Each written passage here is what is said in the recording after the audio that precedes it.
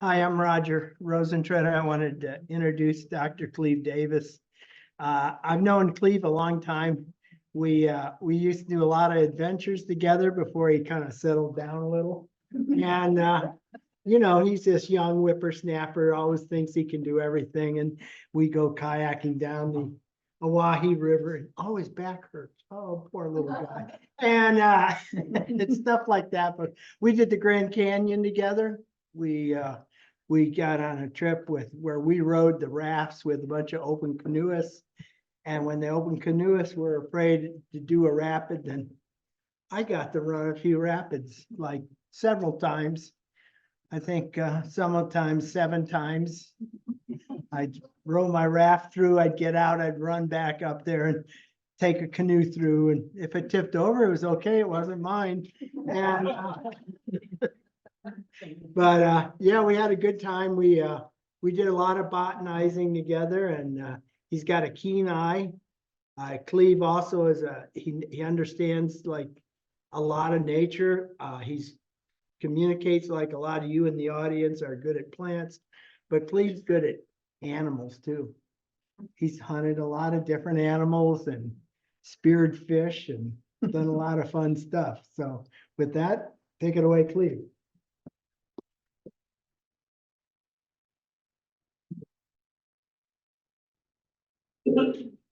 Well, thank you, Roger. What's that? We're just gonna adjust the lights for you. Okay.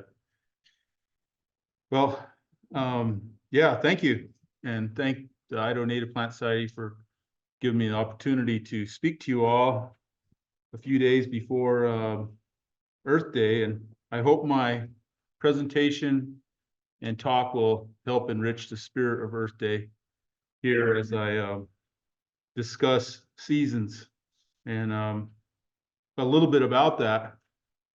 Roger and I, like you said, we've been friends for a long time, and a while back he showed me a graphic of another tribe's worldview of the seasons, and I think he even has a handkerchief right now, and it's like a maybe bring that up here, Roger. There for the people. Yeah, so For the, this one's like the circle the seasons. circle of life, and this is Nez Perce tribe. So he asked me if my tribe had anything like that, and I told him, in fact, we do. And right at that moment, I just finished writing a section in my upcoming book, So Long as Game May Be Found There, on nature and seasons. And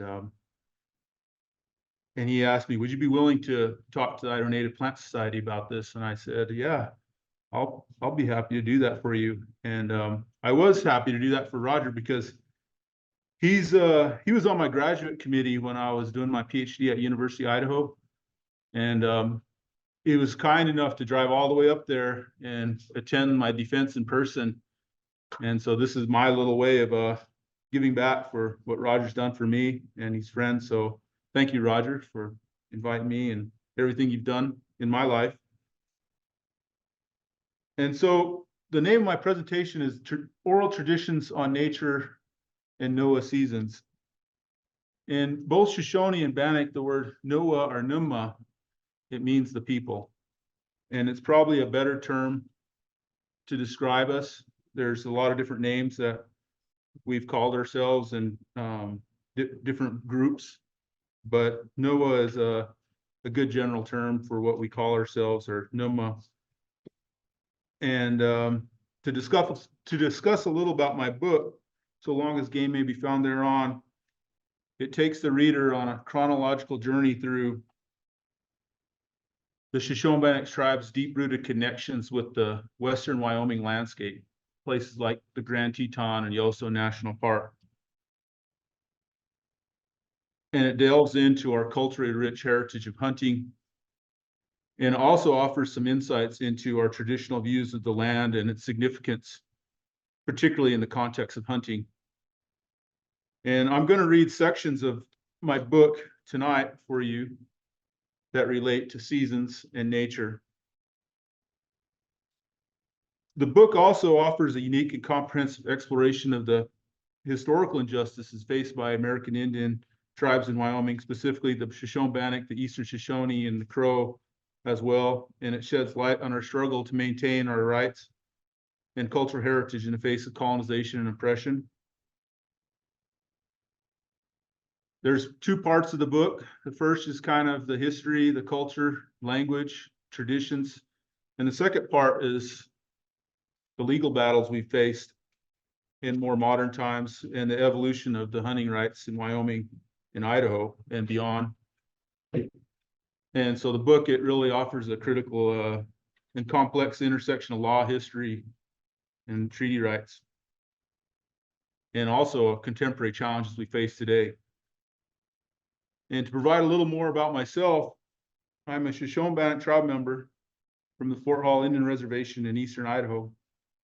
And the reason why I started writing this book was because I have a profound connection to and interest in tribal treaty hunting rights. And it stems from my direct descent from Bohavi, also known as John Racehorse Sr. And he was the first Bannock Indian, first Indian from my tribe to have a treaty rights test case that went to the Supreme Court. And it was where they decided and concluded that when Wyoming became a state, my tribe lost their hunting rights. So they had their hunting rights for like 20 years. And so that's what that book's about. And I just want to share a little bit about that.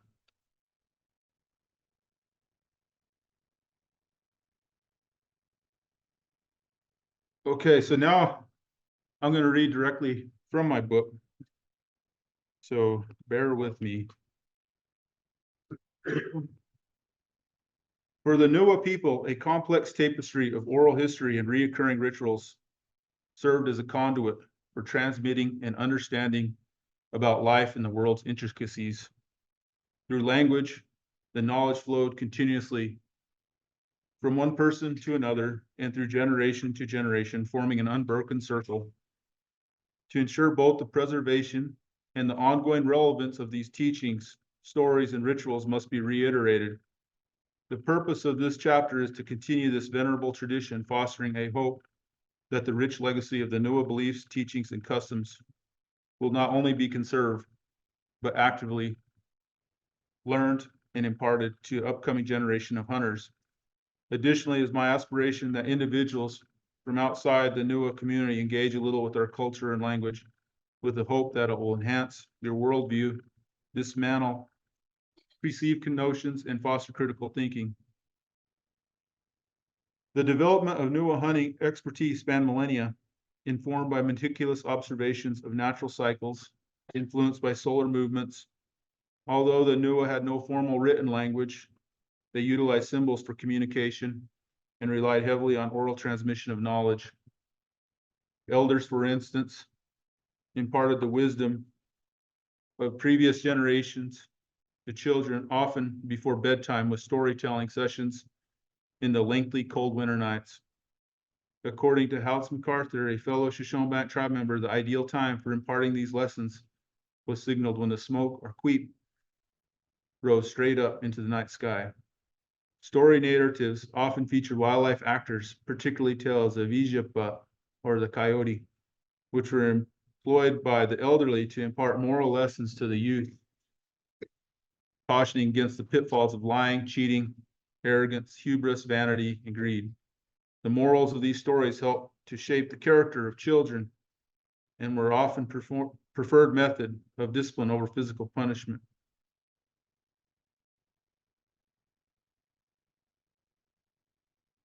And so now I'm going to tell you a story about how the seasons are created.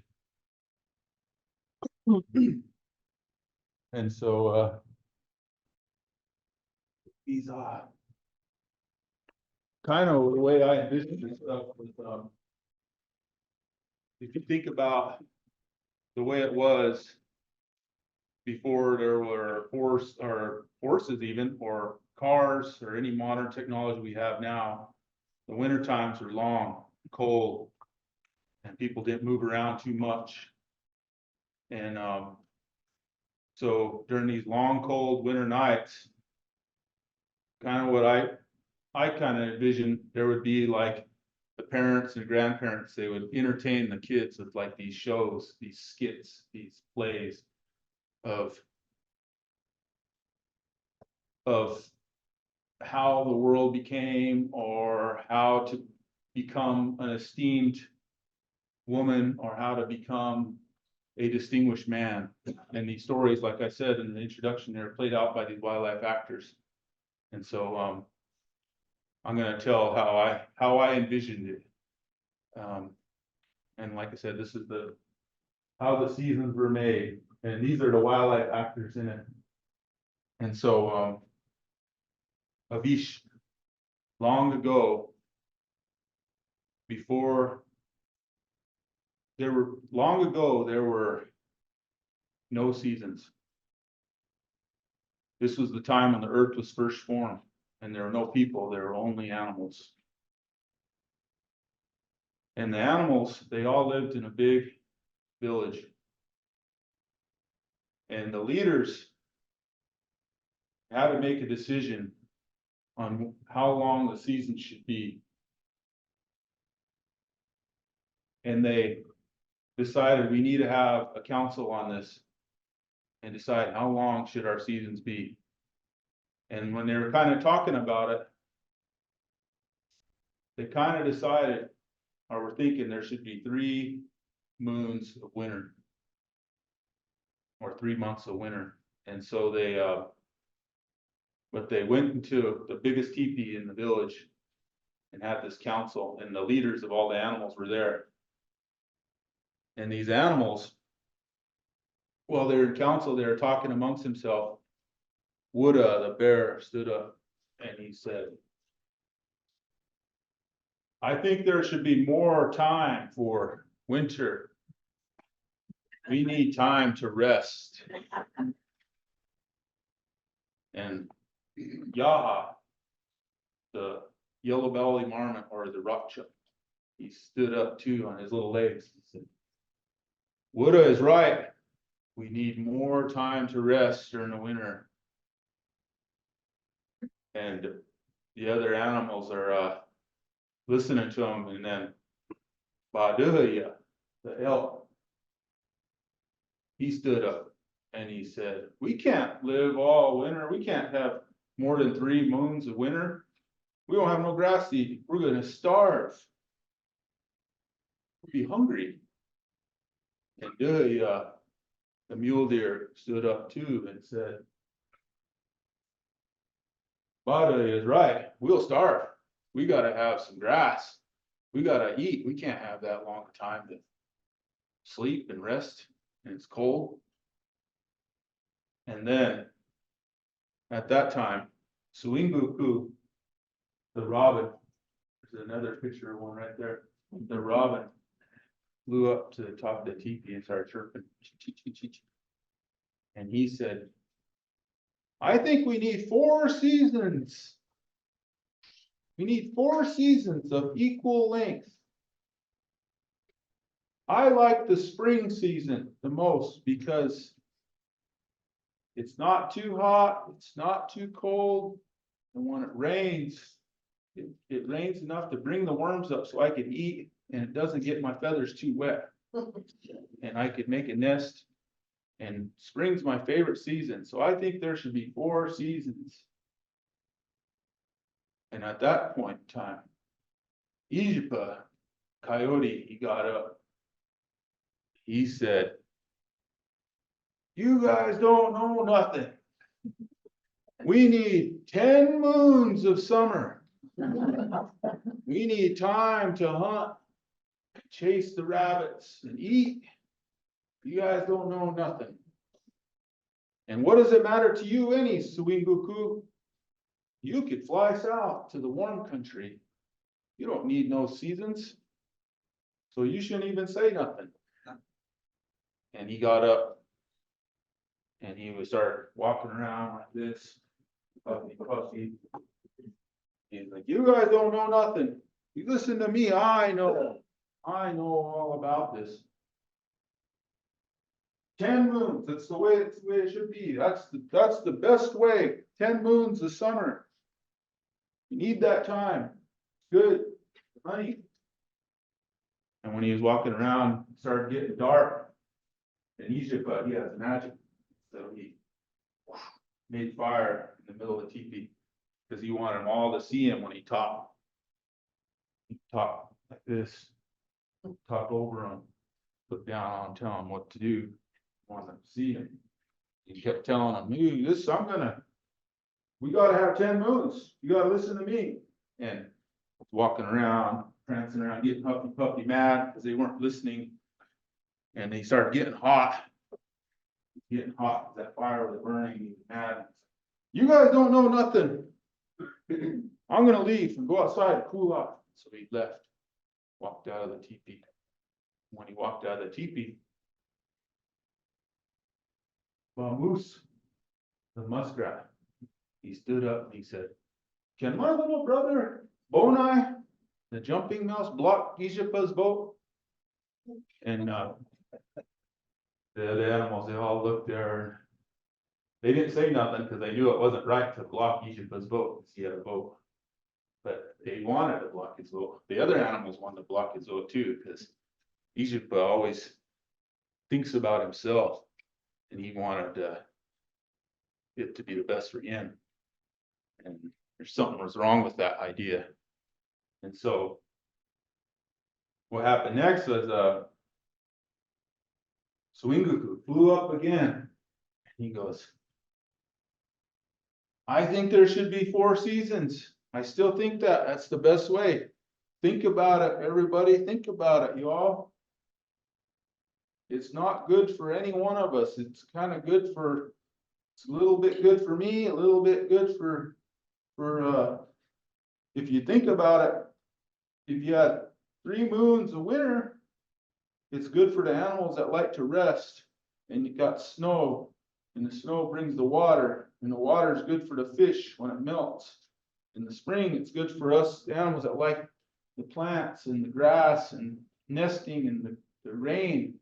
It's good for them. And then in the summer, it's good for the summer animals like Egypt, the ones that want to hunt or the ones that want to eat grass longer. It's good for them. And in the fall, it's good for the animals that like to gather berries, nuts, and store it up for the winter season, seeds. It's good for them.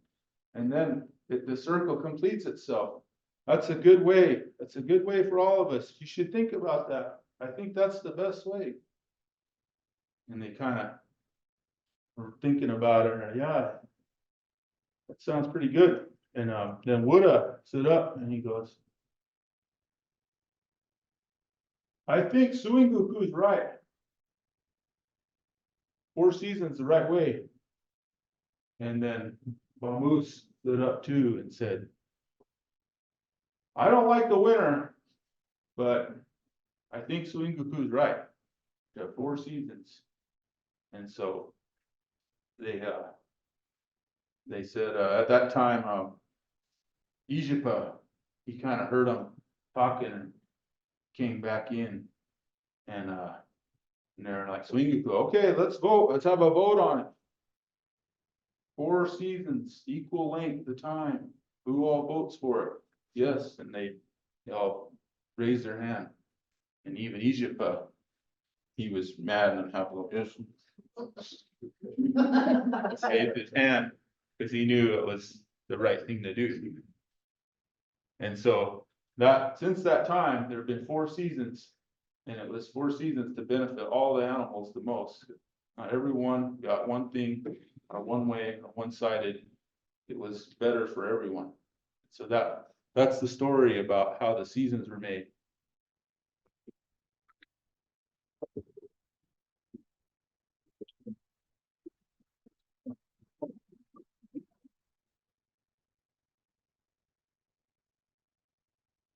Any questions?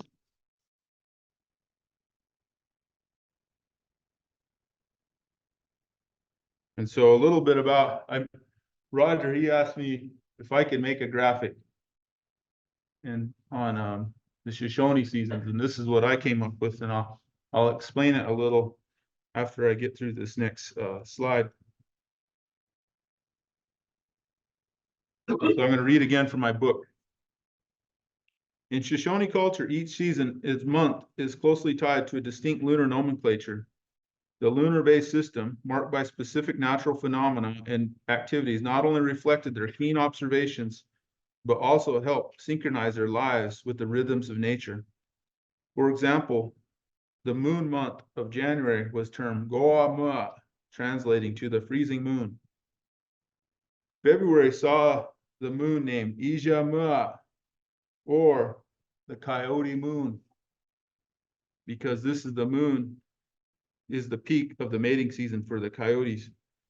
As March set in, it was marked by the Ua Mua, known as the warming moon, which is followed by the Barua Mua, or the melting moon in April.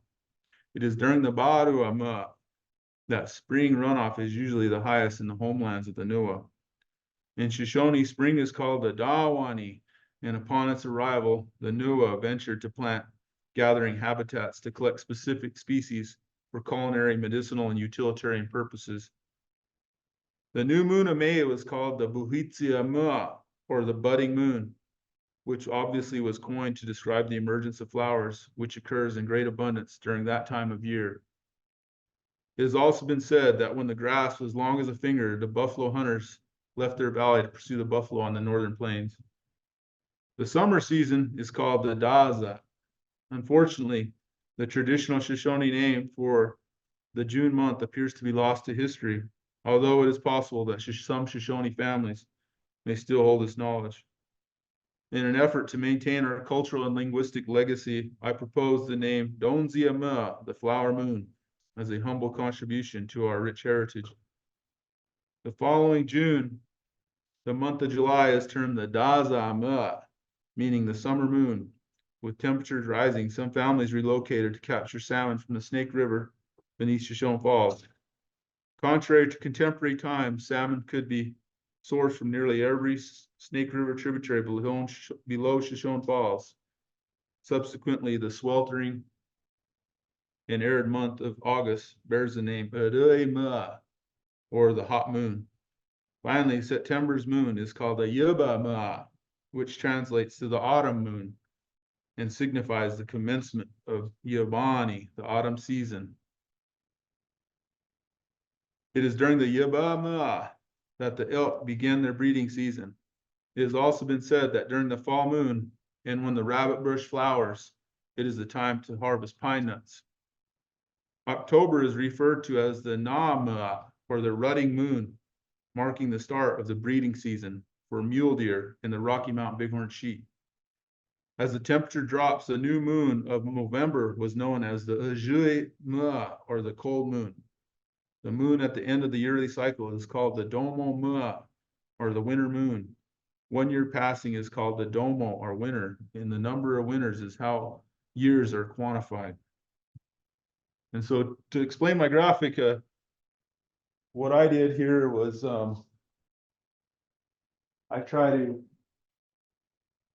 use colors to signify, like I use dark blue for like the cold seasons, and as it warm, gets greener, and then for like the flowers, I use all the colors of the rainbow, and then as it got hotter, like a bright yellow, and then fall for the red leaves on the trees, and then the circle completes. And in our language, Sogobia literally means the earth mother. And that's what we refer to the earth, the ultimate life giver. And Father Sky, Rama Uppa, our Father, the universe.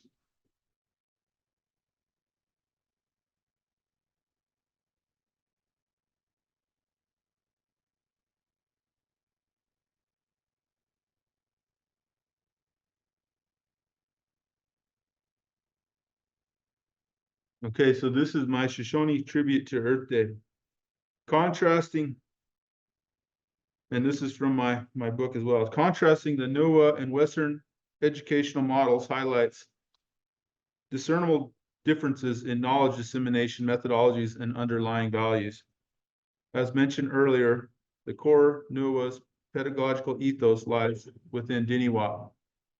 This term unveils a semantic richness surpassing a rudimentary translation. As stated by Tony Moonell, a Fort Hall Shoshone language instructor, the foundational element Dini has origins in Dimbe, symbolizing mouth. Thus, the word for teachings had centrality or preference around oral communication in Newe education. Another way of saying this is that knowledge or wisdom was predominantly vocalized. For example, the Shoshone word for dinitoe translates to singing, affirming that song was also part of the learning paradigm. Intriguingly, the term for judge, dinihani, also retains the dini root, as judgments were expressed using the mouth, which exemplifies that one should be cautious with the words that come out of their mouth. Thus, the language itself, once spoken, holds profound significance and consequences.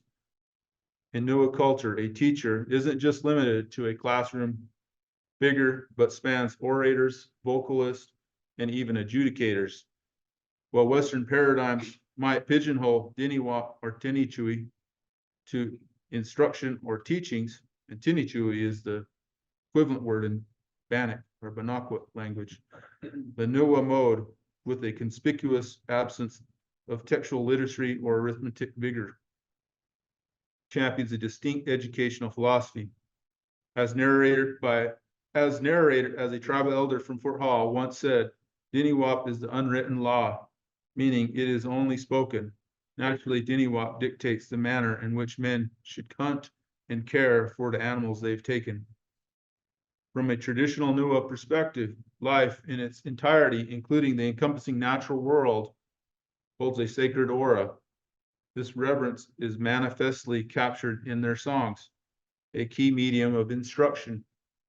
These songs not only celebrate the beauty of nature, encompassing fauna, flora, and various meteorological phenomena, but also encapsulate essential livelihood activities and even ventures into spiritual realm. Beyond their aesthetic appeal, these songs have an educational essence, serving as reservoirs of cultural memory and tradition. Seasonal shifts, the anticipation of abundant harvests, or invocations for protection from adversaries are all encapsulated in our rich musical heritage. Hence, while both Western and Newe cultures emphasize knowledge dissemination, the Newe emphasis on oral tradition is a primary epistemological approach, highlighted by terms like dinitoe and dinihani, reveals a stark contrast in educational philosophies. The Newe showcased an intricate understanding of the interconnectedness between the terrestrial and celestial realms. This was predominantly seen in their reverence for the earth, which they esteemed as the ultimate life giver. In the Bannock language, the earth was referred to as Deepbia, meaning earth mother, while in Shoshone it was called Sogobia, with the same connotation.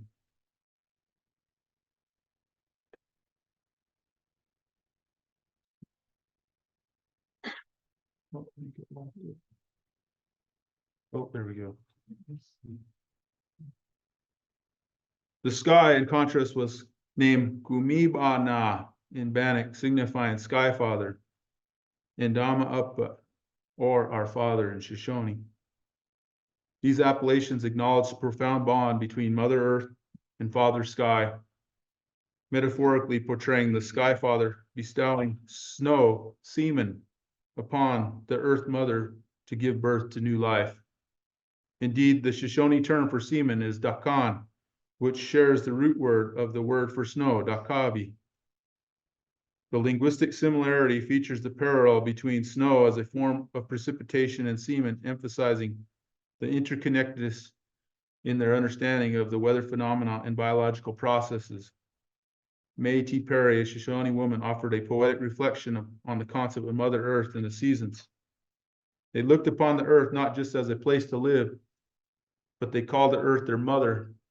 The mountains, streams, and plains stood forever, they said, but the seasons walked around annually. Uses of the term like mother to describe the earth should deeply resonate with us all and provoke a profound rethinking of our actions, particularly when we dispose of radioactive and other hazardous waste into the embraces of our nurturing mother.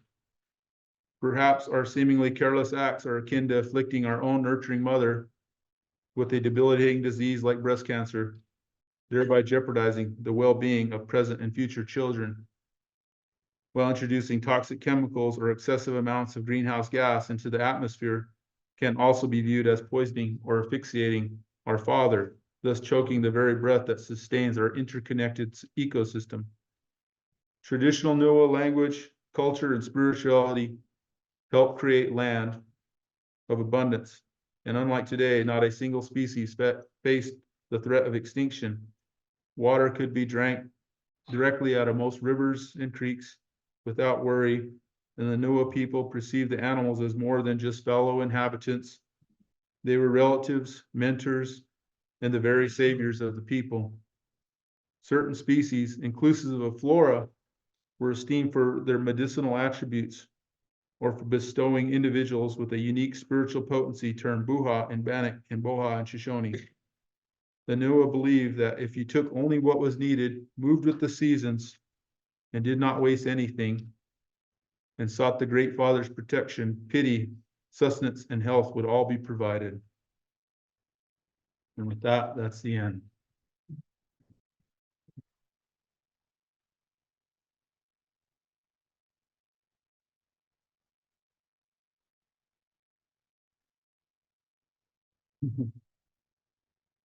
My daughter Isla was over there holding that up. I thought she was holding up a sign that said 10 minutes. 5 minutes. You're over time. Yeah. What does it say, Isla? Are awesome, Jack. Oh. Thanks, Isla.